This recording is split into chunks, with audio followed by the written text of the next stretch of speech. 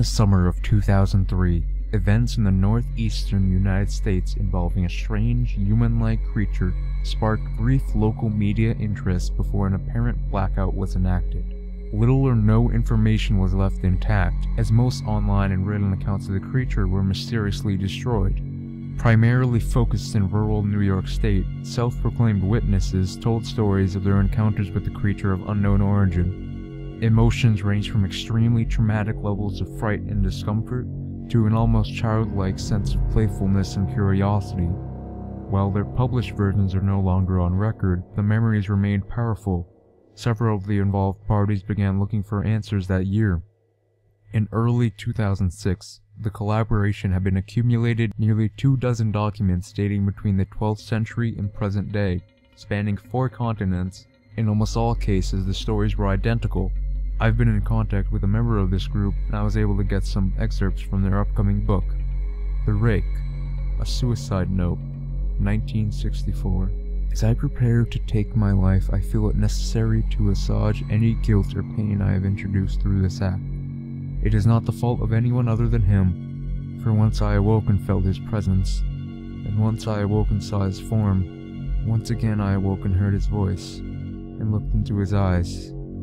I cannot sleep without fear of what I might next awake to experience. I cannot ever wake. Goodbye.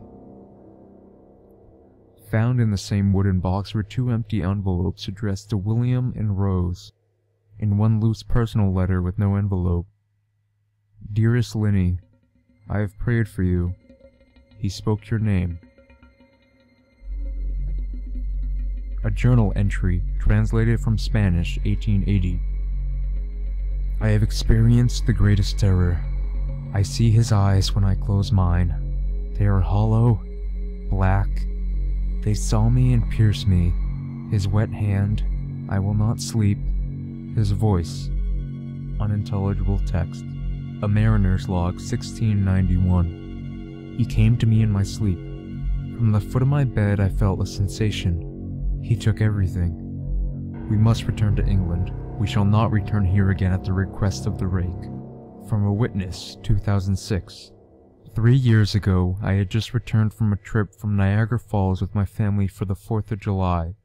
We were all very exhausted after a day of driving, so my husband and I put the kids right to bed and called it a night. At about 4 a.m. I woke up thinking my husband had gotten up to use the restroom. I used the moment to steal back the sheets, only to wake him in the process. I apologized and told him I thought he had got out of bed. When he turned to face me, he gasped and pulled his feet up from the end of the bed so quickly his knee almost knocked me out of the bed. He then grabbed me and said nothing. After adjusting to the dark for half a second, I was able to see what had caused the strange reaction. At the foot of the bed, sitting and facing away from us, there was what appeared to be a naked man, or a large hairless dog of some sort. Its body position was disturbing and unnatural, as if it had been hit by a car or something. For some reason I was not instantly frightened by it, but more concerned as to its condition. At this point I was somewhat under the assumption that we were supposed to help him. My husband was peering over his arm and knee, tucked into the fetal position, occasionally glancing at me before returning to the creature. In a flurry of motion, the creature scrambled around the side of the bed, and then crawled quickly in a flailing sort of motion right along the bed until it was less than a foot away from my husband's face. The creature was completely silent for about 30 seconds, or probably closer to 5, it just seemed like a while. Just looking at my husband. The creature then placed its hand on his knee and ran into the hallway, leading to the kids' rooms. I screamed and ran for the light switch, planning to stop him before he hurt my children. When I got to the hallway, the light from the bedroom was enough to see it crouching and hunched over about 20 feet away. He turned around and looked directly at me, covered in blood. I flipped the switch on the wall and saw my daughter Clara. The creature ran down the stairs while my husband and I rushed to help our daughter. She was very badly injured and spoke only once more in her short life. She said, "He is the Rake." My husband drove his car into a lake that night. We're rushing our daughter to the hospital. He did not survive. Being a small town, news got around pretty quickly. The police were helpful at first, and the local newspaper took a lot of interest as well. However, the story was never published, and the local television news never followed up either. For several months, my son Justin and I stayed in a hotel near my parents' house. After we decided to return home, I began looking for answers myself. I eventually located a man in the next town over who had a similar story. We got in contact and began talking about our experiences. He knew of 2 other people in New York who had seen the creature we now refer to as the Rake. It took the 4 of us about 2 solid years of hunting on the internet and writing letters to come up with a small collection of what we believed to be accounts of the Rake. None of them gave any details, history, or follow-up. One journal had an entry involving the creature in its first 3 pages and never mentioned it again. A ship's log explained nothing of the encounter, saying only that they were told to leave by the Rake. That was the last entry in the log. There were, however, many instances where the creature's visit was one of a series of visits with the same person. Multiple people also mentioned being spoken to, my daughter included.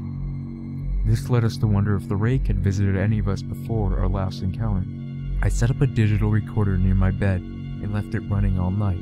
Every night for 2 weeks, I would tediously scan through the sounds of me rolling around on my bed each day when I woke up. By the end of the 2nd week, I was quite used to the occasional sound of sleep while blurring through the recording at 8 times the normal speed.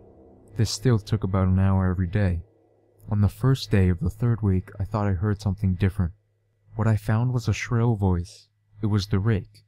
I can't listen to it long enough to even begin to transcribe it. I haven't let anyone listen to it yet. All I know is that I've heard it before, and I now believe that it spoke when it was sitting in front of my husband. I don't remember hearing anything at the time, but for some reason the voice on the recorder immediately brings me back to that moment. The thoughts that must have gone through my daughter's head makes me very upset. I have not seen the Rake since he ruined my life, but I know he has been in my room while I slept. I know and fear that one night I'll wake up and see him staring at me.